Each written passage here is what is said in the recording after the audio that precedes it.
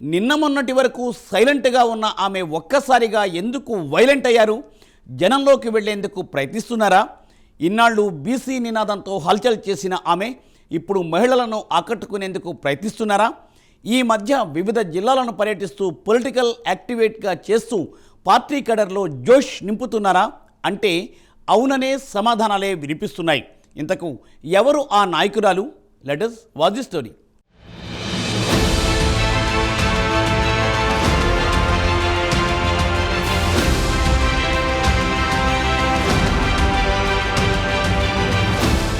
BRS party కీలక నాయకురాలు కవిత liquor కేసులో ఇరుక్కుని సుదీర్ఘ కాలం పాటు జైల్లో ఉండి బయటకు వచ్చింది.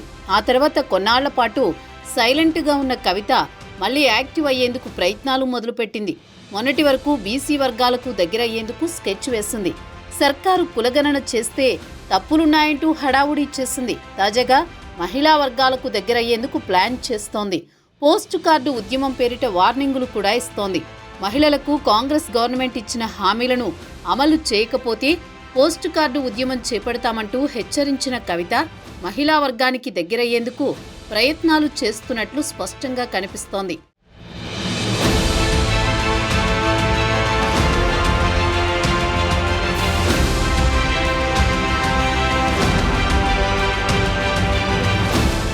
కాంగ్రెస్ సర్కారును ముప్పు తిప్పలు పెట్టేందుకు బీఆర్ఎస్ పెద్ద ప్లానే చేసినట్టు తెలుస్తోంది. ఇంతవరకు సైలెంట్ గా ఉన్న గులాబీ బాస్ కేసీఆర్ ఇప్పుడు ఫుల్ యాక్టివ్ అయ్యారు. పార్టీ నాయకులతో సమావేశమవుతూ ప్రజా సమస్యలను ప్రజల్లోకి తీసుకువెళ్లేందుకు దిశానిర్దేశం చేస్తున్నారు. ఒకవైపు కేటీఆర్, హరీష్ రావు ప్రభుత్వ వైఫల్యాలను ఎప్పటికప్పుడు ఎండగడుతున్నారు. కాళేశ్వర కహానీ వద్ద నుంచి మొదలుకుని రైతు దీక్షలతో రైతన్నలతో దగ్గరయ్యే ప్రయత్నం చేస్తూనే ఉన్నారు. అంతేకాకుండా నిన్నటి ఎస్ఎల్బీసీ టన్నెల్ నిర్మాణం లోపాలను ఎత్తిచూపుతున్నారు. ప్రజల్లో ఉంటూ వారి సమస్యలను అడిగి తెలుసుకుంటున్నారు.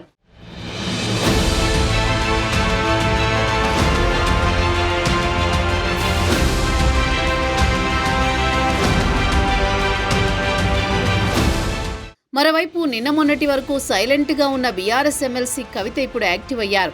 ఫుల్ ఎనర్జీతో ప్రజల్లో దూసుకెళ్తున్నారు. వివిధ జిల్లాల్లో పర్యటిస్తూ పార్టీ క్యాడర్లో జోష్ నింపుతున్నారు. ఇటీవల రిజర్వేషన్ల నినాదంతో బీసీ వర్గాలకు చేరువయ్యేందుకు ప్రయత్నించారు. కాంగ్రెస్ చేసిన కులగణన సర్వే అంతా తప్పుల తడక అంటూ తెగ హల్చల్ చేశారు. రీసర్వే చేయాలని ప్రభుత్వాన్ని డిమాండ్ చేశారు.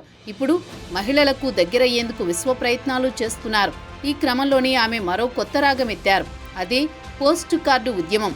చట్టసభల్లో మహిళలకు రిజర్వేషన్ కల్పించాలని డిమాండ్ చేసిన కవిత ఇప్పుడు మహిళలకు ఇచ్చిన హామీలపై ప్రకటన చేయాలని ప్రభుత్వంపై ఒత్తిడి చేస్తున్నారు.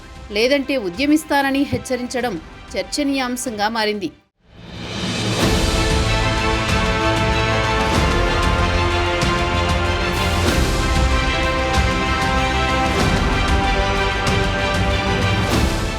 ఇందులో భాగంగా తెలంగాణ సీఎం రేవంత్ రెడ్డికి బీఆర్ఎస్ ఎమ్మెల్సీ కవిత డెడ్లైన్ పెట్టారు.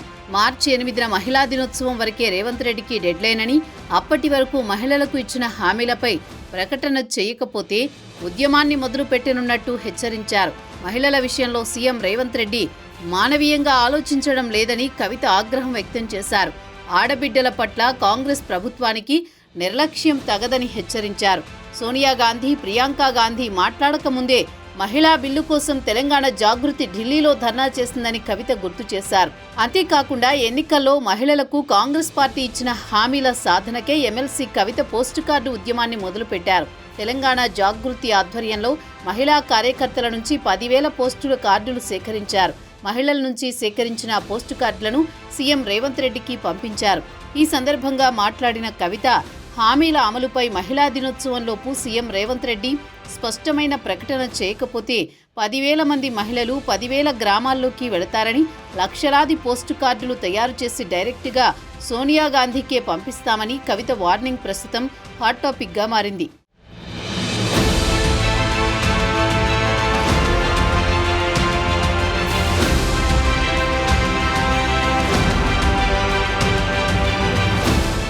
ఇకపోతే మహిళల విషయంలో సీఎం రేవంత్ రెడ్డి మానవీయంగా ఆలోచించడం లేదని కవిత అసహనం వ్యక్తం చేశారు.